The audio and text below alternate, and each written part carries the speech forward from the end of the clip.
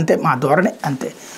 ఇంకొకటి ప్రస్తుతం ఇక అన్ని రూట్లలో నుంచి వచ్చేటువంటిది కార్టూన్లతో ఒకటి పైన ఒకటి కింద. పైన కార్టూన్ ఏంటంటే పులివెందుల ఎమ్మెల్యే పనితీరు కూడా బాగాలేదని సర్వే రిపోర్ట్సా ట్రాన్స్ఫర్ చేద్దామా ఎమ్మెల్యే ఎంపీలకు బదిలీల విషయంలో. ఇది ఓసారి కుప్పంకి వెళ్ళి చూసొస్తే తెలుస్తుంది పులివెందుల్లో ఎట్లుంది కుప్పంలో ఎట్లుంది అన్నటువంటిది.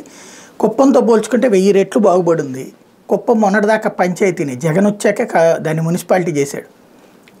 అదే పులివెందుల ఏనాడో మున్సిపాలిటీగా ఉంది, ఇప్పుడు దాన్ని ఇంకొంచెం పైకి తీసుకుపోతున్నాడు.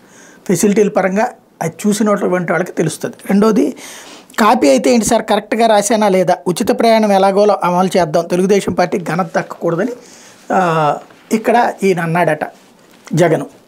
ఇది ఇంకొక కార్టూన్, ఇది సంగతిలో వేసుకొచ్చారు. అంటే పొరపాటును కనుక రేపొద్దున జగన్ ఫ్రీ బస్ ఫెసిలిటీ ఇస్తే ఆటోమేటిక్గా అది చంద్రబాబు నాయుడు పథకం కాపీ. ఇందులో సాధారణ ప్రజలు పెద్దగా ఫీల్ అవుతారు అని కూడా లేనటువంటి ఒక విచిత్ర జబ్బు ఏంటంటే చంద్రబాబు నాయుడు గారి మదిలో నుంచి వచ్చినటువంటి పథకం అది. కర్ణాటకలో కాంగ్రెస్ పార్టీ అమలు చేసింది, తెలంగాణలో కూడా కాంగ్రెస్ పార్టీ అమలు చేసింది. అది అమలు చేస్తున్న చంద్రబాబుది కాపీ కాదు. ఒకవేళ దాన్ని తీసుకొస్తే జగన్ కనుక అమలు చేస్తే చంద్రబాబు పథకాన్ని కాపీ కొట్టేట. అసలు కాపీ కొట్టిన చంద్రబాబుది కాపీ కాదు, అది ఒకవేళ జగన్ అమలు చేస్తే కాపీ అవుతుందట. ఇది కార్టూన్లతో రెచ్చగొట్టాడు. అంటే ఒకవేళ చేస్తాడేమో ఎక్కడైనా పొరపాటున జనాలకి ఎక్కడైనా ఫీలింగ్ వచ్చేస్తుందేమో అన్నటువంటి కోణం ఇక్కడ నడుస్తుంది. లేకపోతే పారిశుద్ధ్య